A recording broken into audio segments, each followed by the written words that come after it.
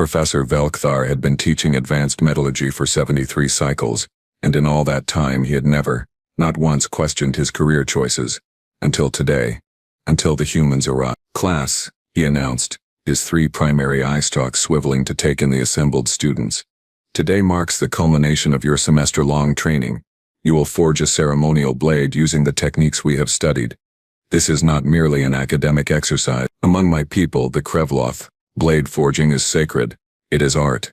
It is meditation. It is discipline. The lecture hall hummed with the usual mixture of nervous anticipation and boredom. Velkthar's secondary arms gestured toward the workstations arranged in a wide circle, each one equipped with molecular furnaces, precision hammers, and cooling chambers. 17 students from 9 different species sat at their stations, most looking appropriately reverent, except for one. Meera Kowalski sat in the back corner, her human face wearing what Velkthar had learned to recognize as a smile. Not the friendly kind, mind you. The kind that suggested she knew something he didn't, and she found it hilarious. The blade, Velkthar continued, pretending he hadn't noticed her expression, must be functional, balanced, and demonstrate your understanding of thermodynamics, molecular bonding, and aesthetic design. You have 6 standard hours. Begin. The room erupted into activity. Thalassavorpian, with 4 arms perfectly suited for multitasking, immediately began heating her metal stock. Jorn, whose species Velkthar could never quite pronounce correctly, calibrated his molecular scanner with methodical precision. Even Pip, the excitable glimmerwing who barely reached the workbench, threw himself into the task with admirable enthusiasm. Meera just sat there, staring at her materials. Still smiling, Velkthar told himself not to worry. The humans had only joined the Galactic Academic Consortium 3 years ago. Their admission had been controversial, to put it mildly. A species that had only achieved faster than light travel 15 years prior, whose homeworld still had active military conflicts, whose idea of conflict resolution apparently involved something called strongly worded letters, and occasionally nuclear weapons, but they had passed the entrance requirements. Barely, and Meera Kowalski had scored in the 94th percentile on her theoretical exams, so clearly she possessed intelligence, even if she seemed determined to hide it behind terrible jokes and an unsettling amount of confidence. 40 minutes passed, the hall filled with the sounds of controlled combustion, metal striking metal, and the occasional curse in languages Velkthar's translator couldn't quite process. He walked between the stations, offering guidance here, correction there, nodding approvingly at Tellus's perfect temperature control. When he reached Meera's station, he stopped. She had barely touched her materials. The metal ingot sat there cold and untouched, while she scribbled notes on a datapad. "Miss Kowalski," he said, keeping his voice level despite the irritation building in his tertiary stomach, "you are aware that this assignment constitutes 40% of your final grade." "Yep," she said cheerfully, not looking up, "and you understand that 6 hours is not an abundance of time for this task." "Uh-huh. Then might I inquire as to why you have not begun?" She finally looked up, those strange human eyes with their single pupils meeting his primary eye stalk. "Oh, I've begun, Professor. I'm just working through some calculations first. You know, measure twice, cut once, or in this case measure for 37 minutes, then work really, really fast." Velkthar's mandibles clicked together in what he hoped conveyed disapproval. "I would strongly suggest you begin the physical work before your peers complete their projects and you are left with nothing to present." "Noted," she said, and went back to her notes. He moved on, telling himself that human failure would simply prove what many in the consortium already believed, that humanity wasn't ready, that they needed another century or 2 of development before they could stand alongside civilizations that had been traveling the stars for millennia. 2 hours later, Velkthar noticed something odd. The other students had started glancing at Meera's station, then staring, then outright gawking. When he looked over, his primary heart skipped a beat. Meera had finally begun, and what she was doing should have been impossible. She had cranked her molecular furnace to temperatures that would have made a sensible person's eyeballs evaporate, or whatever humans had that served the same function. The metal in her crucible glowed white-hot, almost painful to look at. But that wasn't the impossible part. She was forging the blade by hand, not with the precision tools, not with the molecular aligners that ensured perfect atomic structure. With a hammer, an actual, physical, kinetic energy transfer device that primitive civilizations had abandoned millennia ago. "What?" Velkthar said, and his translator struggled because apparently no word in his language quite captured the mixture of horror and fascination he felt. Are you doing? Meera looked up, her face flushed red from the heat, sweat dripping down her forehead. She was grinning. Forging a blade, Professor. Wasn't that the assignment? With primitive tools. You are not using any of the equipment we spent an entire semester studying. Oh, I'm using the furnace, she said, turning back to her work. The hammer came down with a clang that echoed through the suddenly silent hall. But you said this was sacred to your people, right? That it's about discipline and meditation and art? Yes. But, well, on Earth we've been forging blades for thousands of years. We've got this method called pattern welding or Damascus steel, depending on who you ask and how angry you want historians to get. We fold the metal, hammer it, fold it again, create these layers that make the blade stronger and give it this beautiful pattern. Clang. The hammer came down again. Sparks flew in a small shower of orange light. You cannot possibly achieve molecular precision with such crude methods. Watch me, she said, and Velkathar did watch, because he couldn't look away. None of them could. Meera worked like someone possessed, moving between furnace and anvil with a rhythm that seemed almost hypnotic. She would heat the metal until it glowed, pull it out with tongs that should have melted in her bare hands but somehow didn't, hammer it flat, fold it over and return it to the furnace, again and again. How many times are you going to fold that metal? Tilis asked, her voice uncharacteristically subdued. As many as it takes, Meera said. I'm aiming for somewhere around 64 layers. Maybe 128 if I have time. Which I won't. But a girl can dream. That's insane, Jorn muttered. The structural integrity will be compromised. Will it though? Meera asked. And there was that smile again. Because humans figured this out when we were still hitting each other with sticks and living in caves. We worked out that folding the metal removes impurities, distributes carbon more evenly, and creates a blade that's flexible enough not to shatter but hard enough to hold an edge. No computer required. Just skill, experience, and a healthy disregard for our own safety. Velkthar's translator chose that moment to inform him that the human phrase healthy disregard for our own safety was a contradiction terms, and possibly indicated a translation error. He told his translator to shut up, which it did not appreciate. 3 hours remained. Most students had finished their rough forms and moved into the precision phase, using sonic aligners and molecular welders to perfect their work. Their blades were taking shape, smooth and uniform, each one looking remarkably similar to the next. Meera's blade looked like it had been pulled from some ancient battlefield.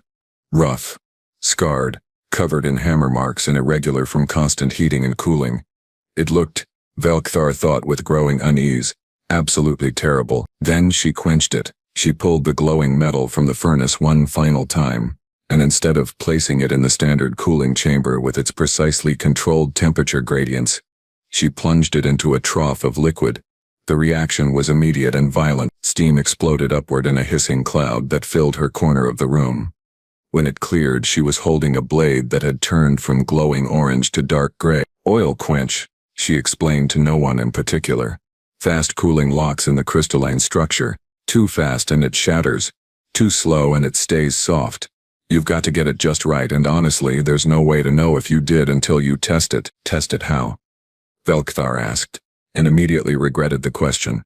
Oh, I've got some ideas about that. The final 2 hours disappeared in a blur of grinding, polishing, and sharpening.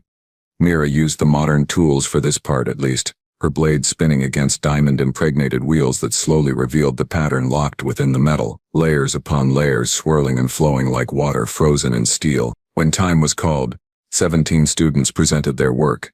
16 blades gleamed under the laboratory lights, perfect and identical, each one a testament to modern manufacturing techniques and precise computer control. One blade looked different, darker. The pattern on its surface seemed to shift as it caught the light. Waves of darker and lighter metal flowing along its length. The edge caught the light like a razor, sharp enough that just looking at it felt dangerous. We will now conduct standard tests, Velkatar announced, trying to regain some sense of control over his classroom. Each blade will be subjected to stress analysis, flexibility testing, and edge retention evaluation. The first 16 blades performed admirably. They bent appropriately under stress.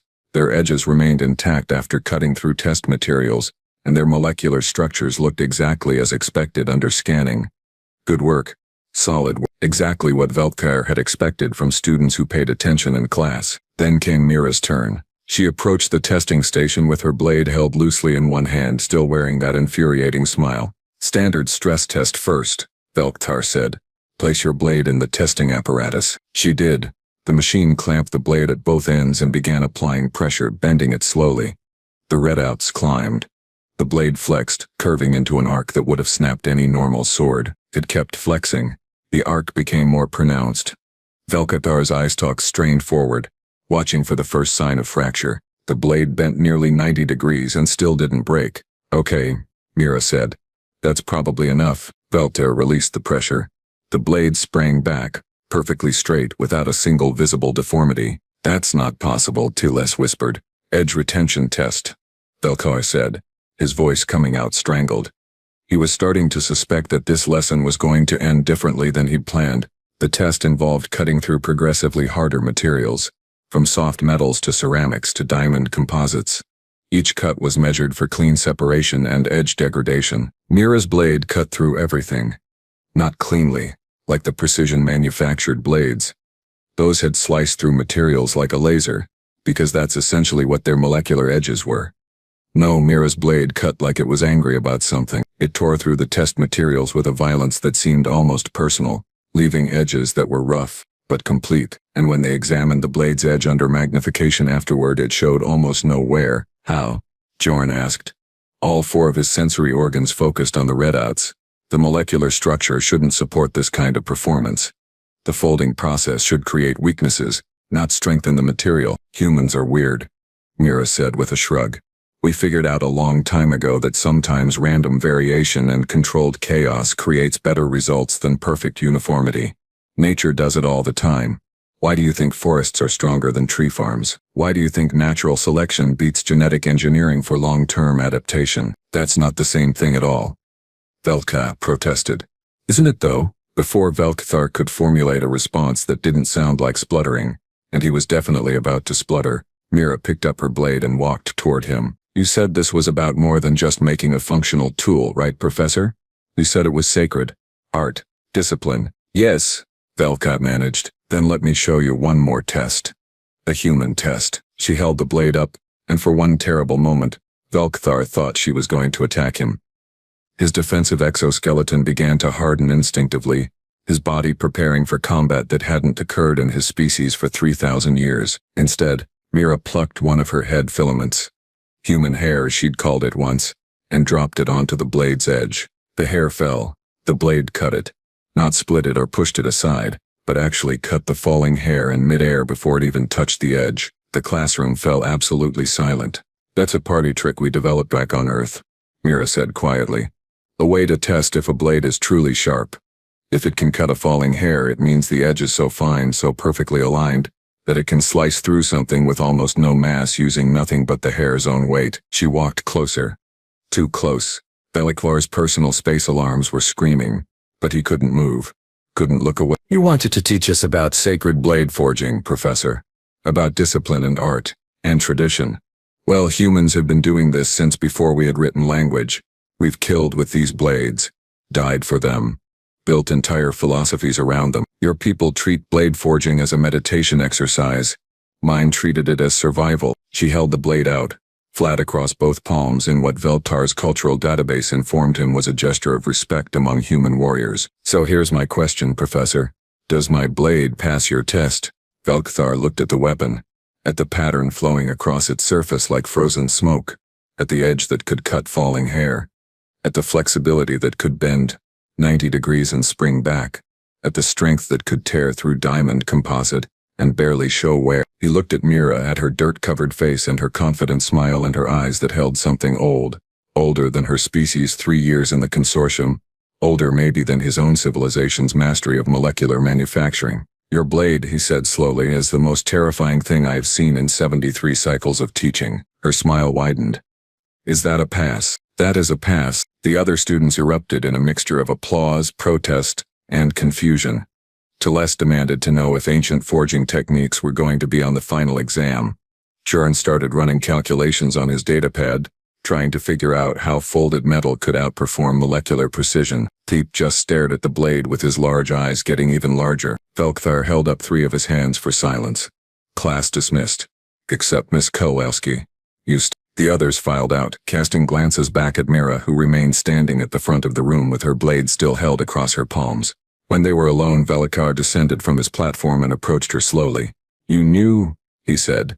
"You knew from the beginning that you were going to do this." "Yep." "You calculated that I would be too curious to stop you." "Yep." "You deliberately waited until the last moment to maximize the dramatic impact." "Absolutely." "Why?" The smile faded from her face, replaced by something more serious, more honest. "Because you needed to see it, Professor. You and every other species in the consortium who thinks humans are just violent primitives who stumbled into space travel by accident.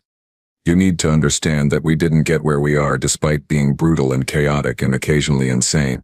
We got here because of it." She set the blade down on his desk with a soft clink. "We're not like you. We're not like any species in the consortium. You all developed in relatively stable environments, with predictable resources, with time to evolve slowly and carefully. Earth tried to kill us every single day.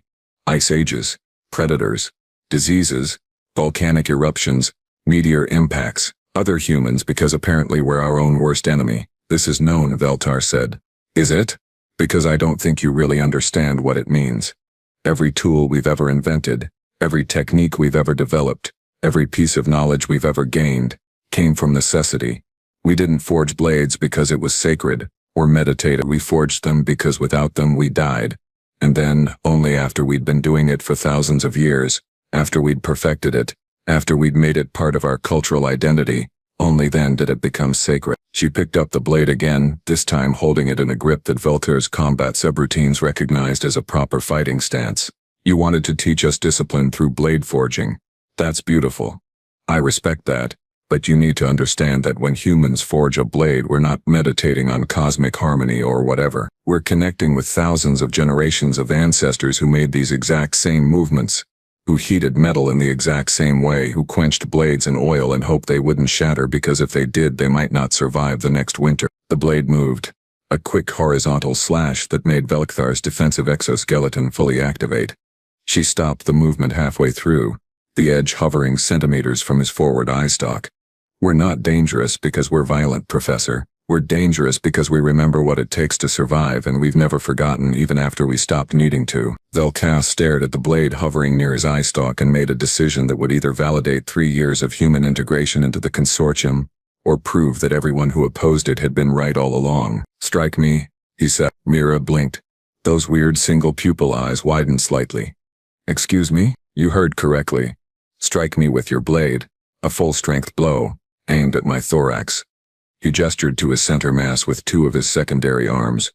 "I want to see what human craftsmanship can do against Kreveloth battle armor." "Professor, that's completely insane," said the human who just forged a weapon using techniques from your species' dark ages and then held it to my primary sensory organ. Veltar's mandibles clicked in what he hoped conveyed amusement rather than the growing certainty that he was about to make a catastrophic mistake. "Consider it a final test. My exoskeleton is rated to withstand Class 7 kinetic impacts. Show me what your primitive earth steel can accomplish." Meera lowered the blade, looking genuinely uncertain for the first time since the class began.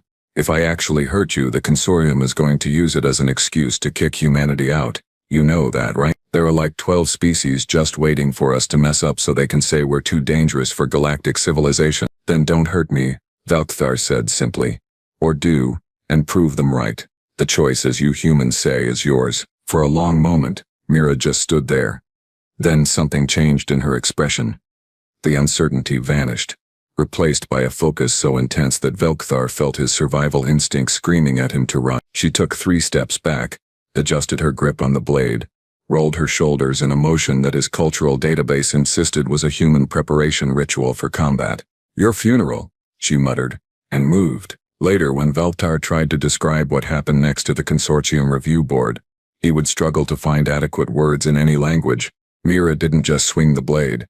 She became something else entirely. Her whole body moved as one unit, power flowing from her feet through her legs, twisting through her torso, extending through her arms, and focusing into a single point where the blade's edge met his exoskeleton. The impact sent him sliding backward 3 full meters. His exoskeleton held, barely. A hairline crack ran across his thorax plating, something that should have been impossible with Class 7 rated armor.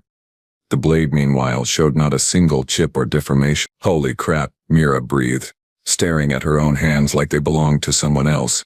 That actually worked. Velkthar's translator informed him that several of his internal organs had shifted position and perhaps he should seek medical attention. He ignored it. Where did you learn to strike like that? Kendo classes when I was 8. Fencing club in secondary school. A really questionable amount of historical martial arts videos on the human internet.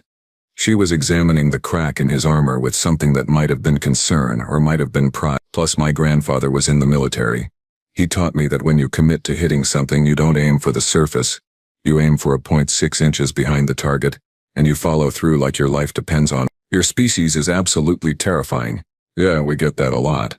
She offered him a hand, another human gesture that his database said indicated friendship or assistance.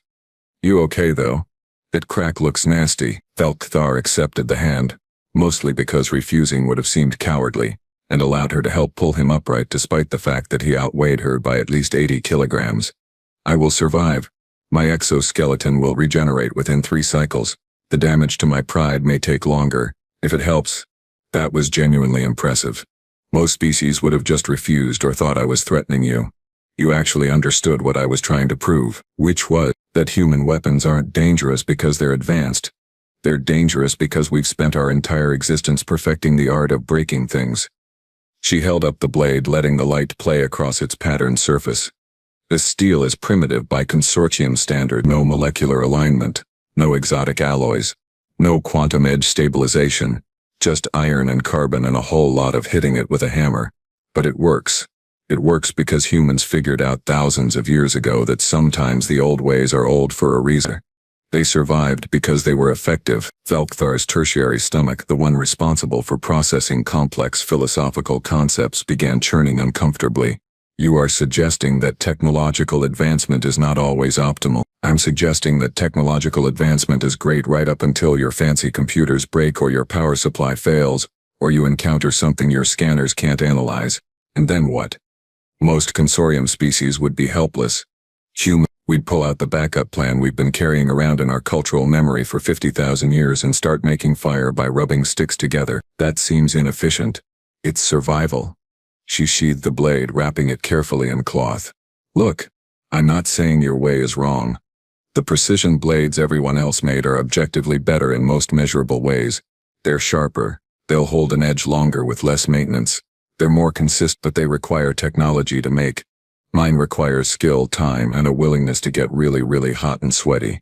Which means if civilization collapses tomorrow, your students go back to hitting each other with rocks. I keep making swords, a cheerful thought. I'm full of them. You should hear my theories about why humans are the only species that produces horror movies for entertainment. Velkthar decided he did not want to hear those theories. His nerves, all 1,700 of them, had experienced sufficient excitement for one day. Your final grade for this course will be... He paused, considering. The blade exceeded every technical requirement.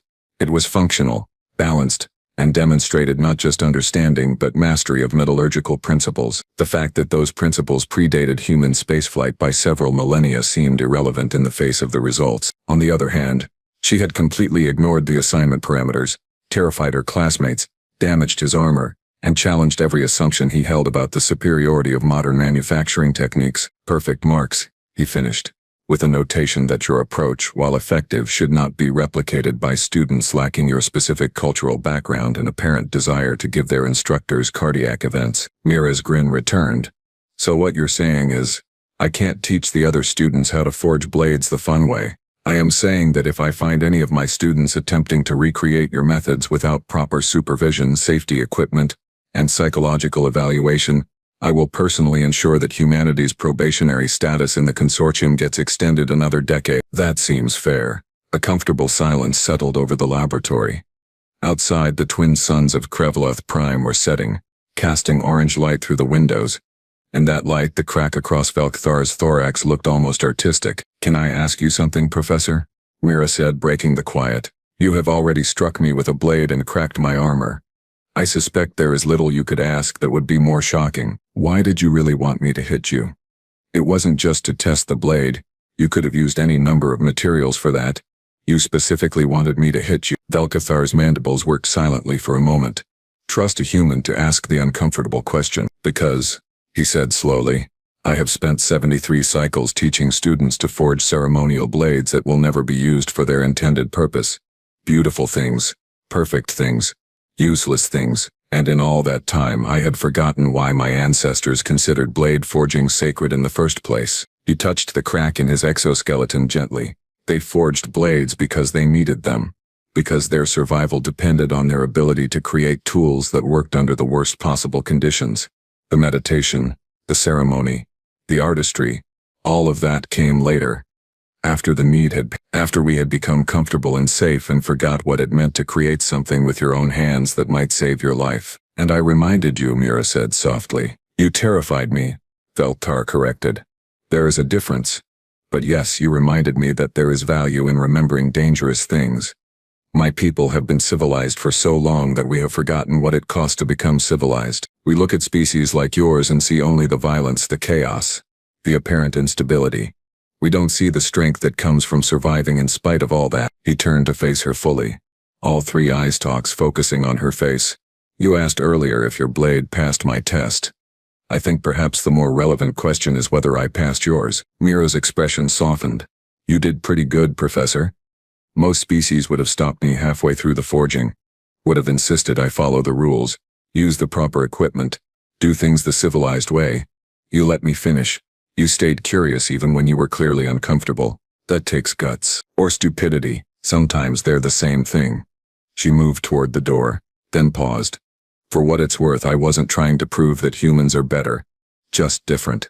We've got strengths that come from having a really messed up evolutionary history, but you've got strengths that come from having stable, peaceful development.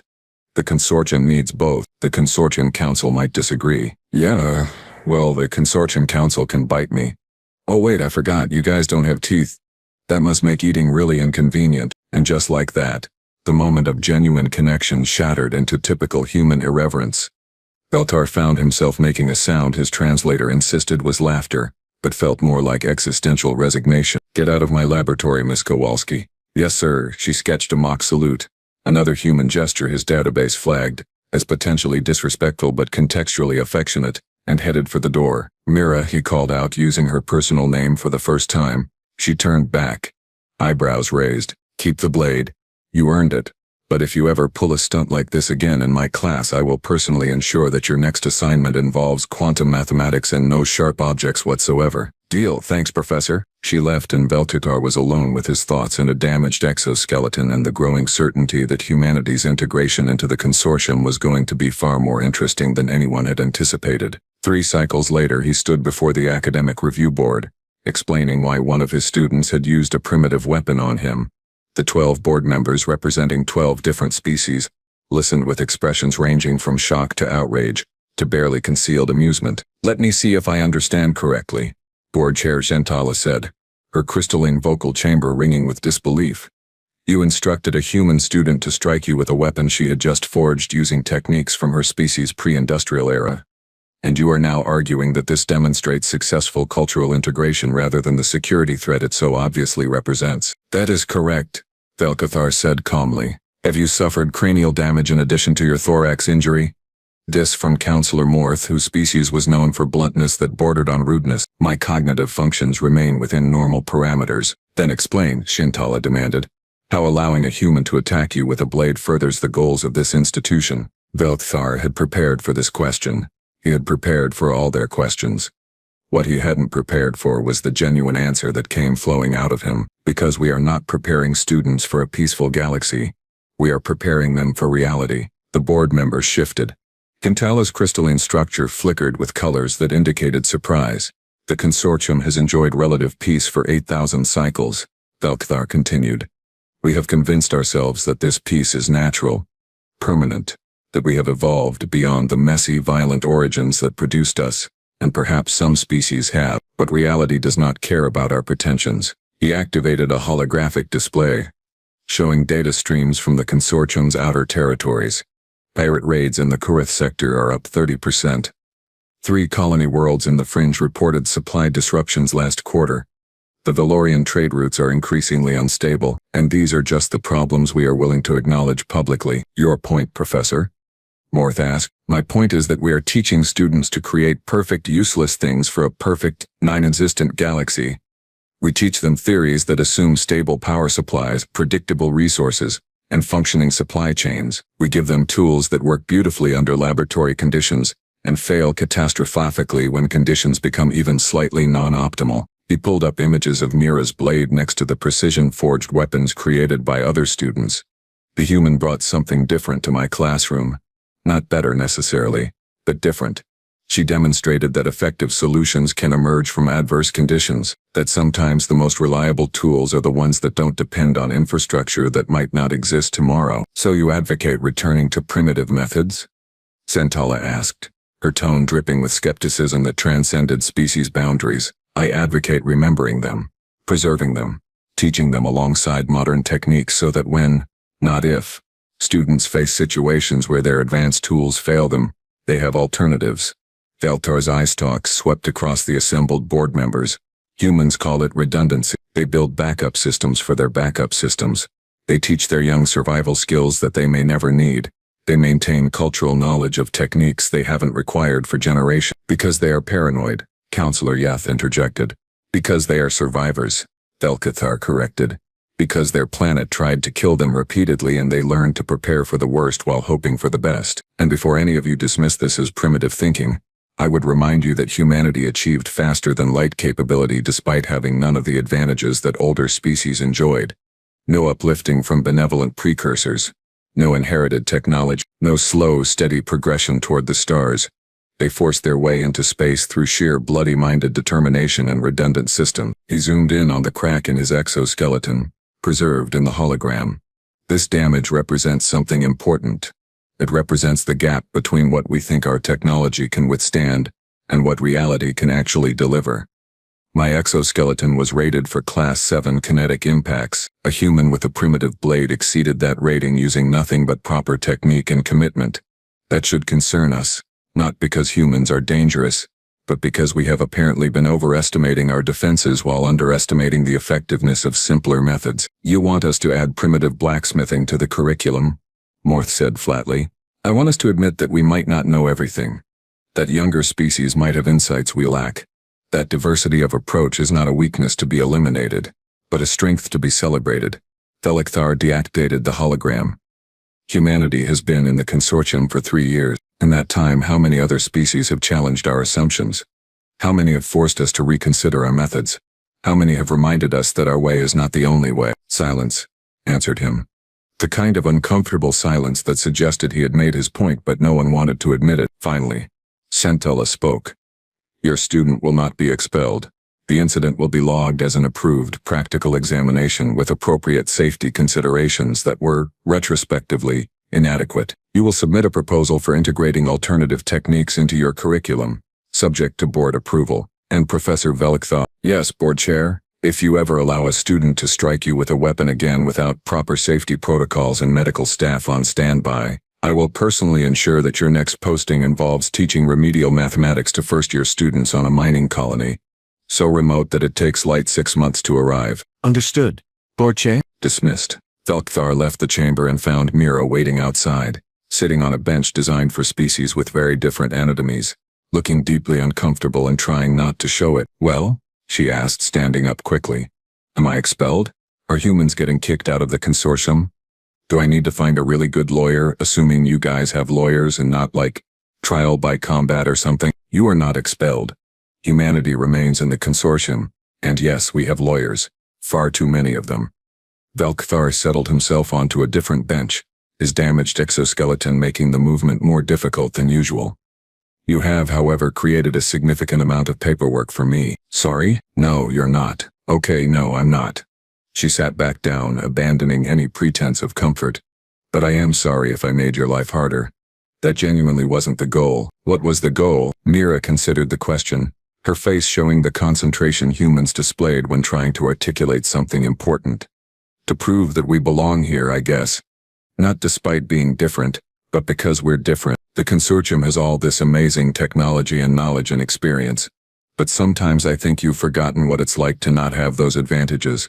To have to solve problems with nothing but creativity and determination and maybe a really big hammer. And you believe humanity can provide that perspective. I believe humanity has to provide that perspective, because nobody else will. She leaned forward, elbows on knees in a posture his database flagged as intense but non-threatening. Every other species in the consortium had thousands of years to develop slowly. You all progressed naturally from one level to the next. You had time to adapt, to learn, to become civilized before you reached for the stars, and humans did not. Humans went from inventing the airplane to landing on our moon in 66 years, Professor. From first controlled flight to walking on another celestial body in less than a single lifetime. We didn't have time to become civilized.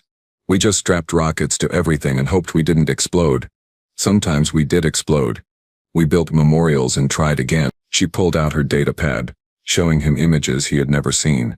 Primitive human aircraft, made of wood and fabric. Rockets that looked like they had been assembled in someone's backyard.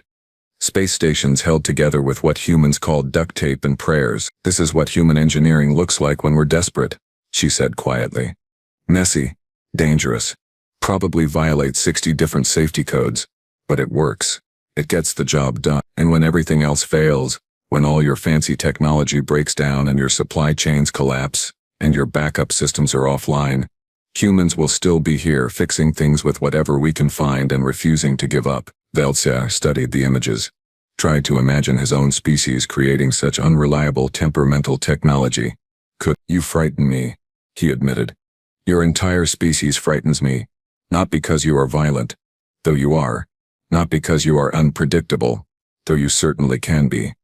You frighten me because you remind us that comfort is not guaranteed, that peace is not permanent, that everything we have built could disappear, and we would be helpless without our technology. Yeah, Meera said, that's kind of the point. They sat together in companionable silence, an elderly alien professor and a young human student, while the consortium moved around them, vast and ancient and utterly convinced of its own permanence. Keep making your blades, Velcathar said, eventually. Keep questioning our assumptions. Keep frightening comfortable people like me. The consortium needs it, even if most of us are too stubborn to admit it. Yes, sir. She stood, stretching in that way humans did that always looked vaguely painful.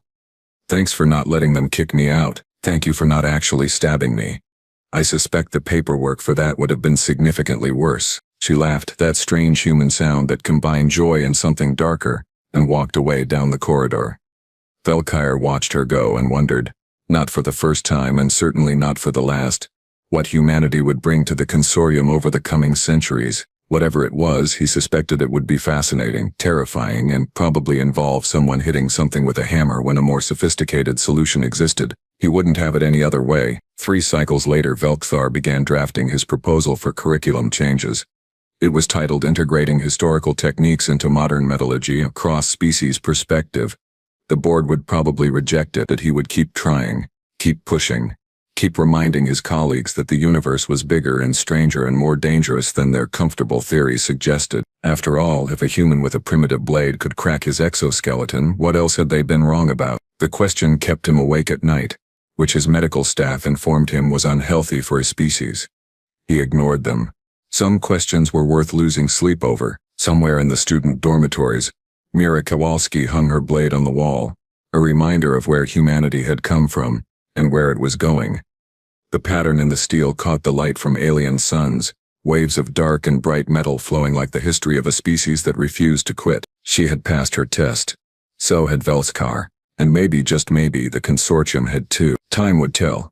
Time always did. But for now, in this moment, in this small corner of a vast galaxy, a human and an alien had reached understanding.